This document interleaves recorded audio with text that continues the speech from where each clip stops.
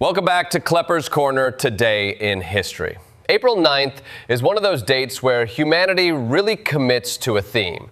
It is a calendar square filled with coups, crusades, collapses, inventions, funerals, revolutions, and at least one moment where the universe itself said, "Here, look at this terrifying cosmic abyss we found." It is a day when power changes hands, myths get built, and history repeatedly proved that people will do almost anything for glory, survival, vengeance, or a headline. So tonight, let's walk through an April 9th that somehow manages to include Roman soldiers picking an emperor like they were raid shopping, crusaders billing each other in the middle of holy war, and modern civilization trying to photograph a black hole after spending centuries acting like one in public office. Segment 1, and Power for Sale, Power by Sword. Rome in 193 AD was having the kind of week that makes modern democracies look emotionally stable. The Emperor Commodus had been killed. Pertinax lasted about as long as a streaming free trial, and then the Praetorian Guard did something so shameless it feels almost satirical. They auctioned off the Roman Empire to the highest bidder. That buyer was Didius Julianus, because apparently the qualifications for ruling civilization were cash on hand and no visible shame. Enter Septimius Severus, an African-born provincial commander stationed on the Danube, who looked at this entire arrangement and said, absolutely not. If Rome is going to be ruled by a corrupt military stunt, it is going to be my corrupt military stunt. On April 9th, his troops proclaimed him emperor, and he marched on Rome to remind everybody that the Senate was now mostly decorative, like parsley on a plate of imperial collapse. Severus mattered because he made explicit what Rome had been trying not to admit. Power no longer lived in old institutions or noble traditions. It lived wherever the angriest legions were standing. And if that sounds familiar, that is because history keeps remaking the same point in new costumes. Whether it is a palace guard, a junta, or a modern political machine, the lesson is consistent. Once power is openly for sale, somebody with an army shows up offering a cashless transaction. Rome called that a dynasty. We would probably call it a governance issue. Segment 2, and holy missions, bank loans, and rocks from a hill. Medieval Europe also used April 9th to prove that noble causes age terribly once debt gets involved. The Fourth Crusade was supposed to reclaim Jerusalem, which sounds grand and spiritual, until you remember it got financially upside down with Venice and ended up attacking Constantinople, the largest Christian city in the Eastern world. So, on April 9th, 1204, Crusaders launched a naval assault on fellow Christians using floating siege bridges and anti-Greek fire engineering, which is a very elaborate way of saying they reinvented piracy with liturgical branding. The most medieval detail of all might be that they worked out how the loot would be divided before they actually took the city. Nothing says sacred duty like a pre-plunder spreadsheet. And then there is the Battle of Naples in 1388, where the mighty Habsburg war machine charged into Swiss resistance and got beaten by farmers with terrain, nerve, and gravity. The Austrians had armor, cavalry, numbers, and imperial prestige. The Swiss had mountain slopes and the ability to turn geology into policy. They rolled boulders downhill and transformed an invasion into a traffic accident with futile consequences. These two stories belong together because they expose the same medieval lie, that power belongs to whoever looks most official. Sometimes the polished empire with banners and contracts gets humiliated by a city it underestimated, and sometimes by peasants hurling rocks from a hillside. History loves a throne, but it really loves watching arrogance lose its footing. Segment 3, and claiming worlds, recording ghosts, ending wars. By the early modern and 19th centuries, April 9th becomes a day of grand declarations, except many of them are deeply weird when you look closely. In 1682, La Salle reached the mouth of the Mississippi and claimed a gigantic chunk of North America for France while standing in a swamp in gold-trimmed robes, starving, surrounded by wilderness, and surviving on alligator meat.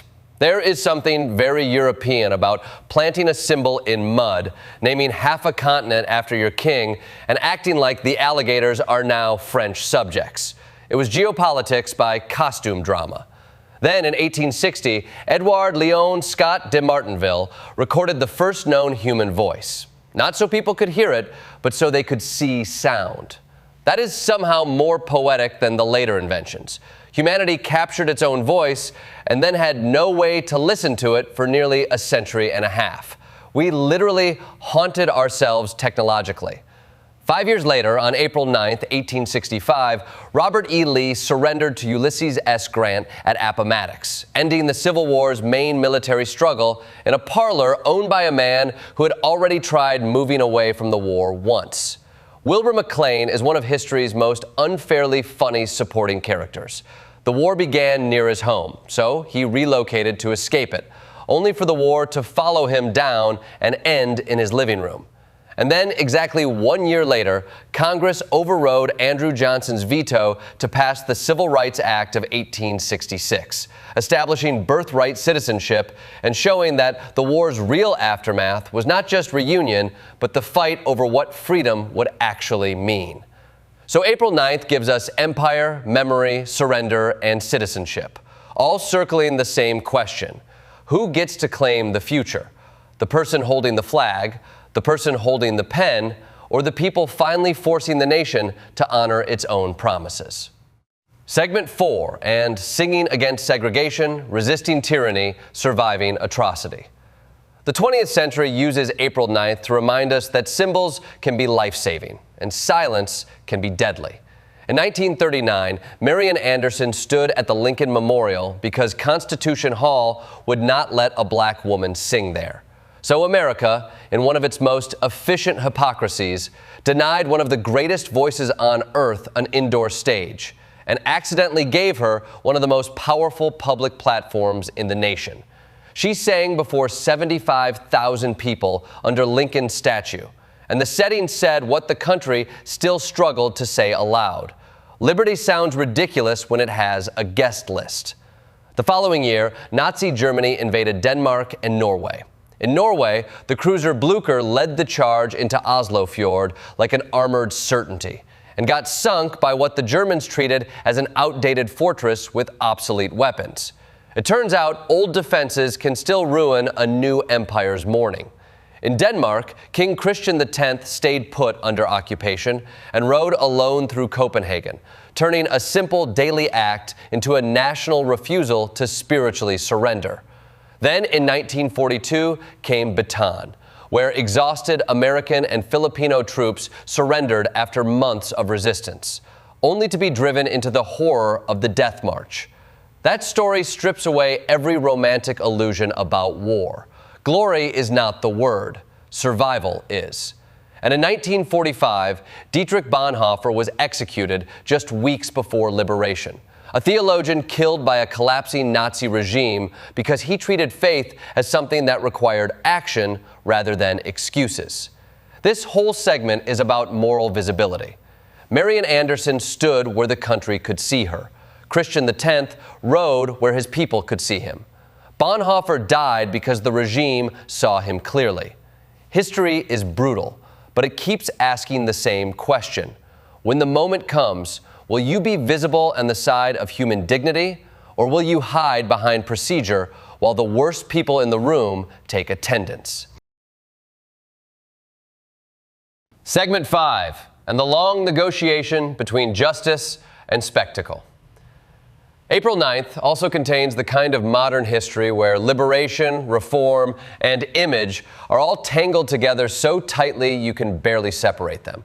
In 1948, the massacre at Deir Yassin accelerated terror and displacement in Palestine, helping drive the wider catastrophe that became the Nakba. It is one of those events where the local horror and the historical consequence are inseparable, and where the future of a region gets written through trauma before diplomacy can catch up. In 1952, Bolivia erupted in revolution as miners, workers, and defectors overthrew a government that had shut ordinary people out of power. There's something incredibly direct about a society finally saying, if the ballot is blocked, the mountain is coming down to the Capitol. By 1959, America was packaging its own form of high-stakes mythology with the Mercury 7, turning test pilots into celestial celebrities before the rockets had even fully proved they would not become patriotic fireworks. In 1963, Winston Churchill became an honorary American citizen because after saving Western civilization with rhetoric and stubbornness, apparently the only thing left was symbolic paperwork.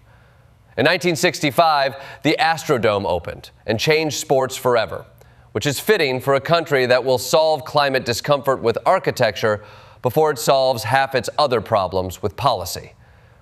In 1967, the Boeing 737 took its first flight, giving the modern world its airborne workhorse. And in 1968, Martin Luther King Jr. was buried as a grieving nation marched behind a mule-drawn wagon and confronted the size of the void his murder left behind. These events all sit together because modernity is not just progress, it is choreography. We reform, we mourn, we launch, we commemorate, we build a dome, we board a jet. And through all of it, we keep trying to decide whether history is being shaped by justice or by whoever has the better camera angle. Segment 6, and peace deals, culture shifts, regime collapse, and looking into the void. By the late 20th and early 21st centuries, April 9th becomes a date of uneasy breakthroughs. In 1998, negotiators finalized the Good Friday Agreement, bringing Northern Ireland to the edge of peace after decades of bombings, trauma, and sectarian paralysis. It was a miracle of democratic patience. People who had every reason to keep hating one another agreed to try the far more difficult project of governing together. In 2001, the Netherlands legalized euthanasia, pulling one of society's most private and painful ethical questions into public law, and forcing modern states to define compassion in legal language. In 2003, American forces helped topple Saddam Hussein's statue in Baghdad, creating one of the most famous images of the Iraq War, a televised moment of apparent finality that turned out to be less ending than trailer.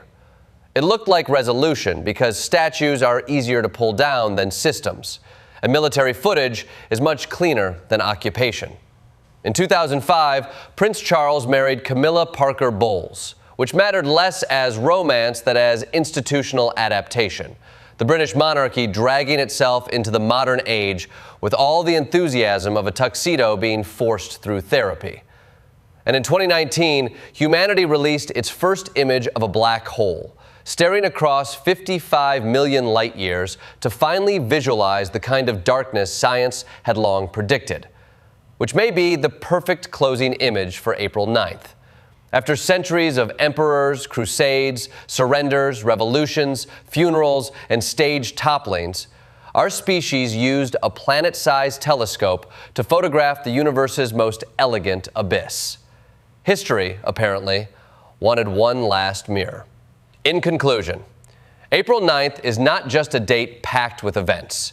It is a study in how human beings repeatedly collide with power, conscience, and consequence. Empires were claimed, cities were assaulted, laws were passed, wars were ended, voices were lifted, tyrannies were resisted, and illusions were shattered. Again and again, the pattern is the same. Institutions fail, individuals improvise, symbols take on lives of their own, and the world changes because somebody decides that the existing arrangement is either intolerable or too fragile to survive reality. That is the strange comfort of history. It is chaotic, tragic, and often absurd, but it keeps proving that no system is permanent, no myth is safe from revision, and no darkness stays entirely unseen forever.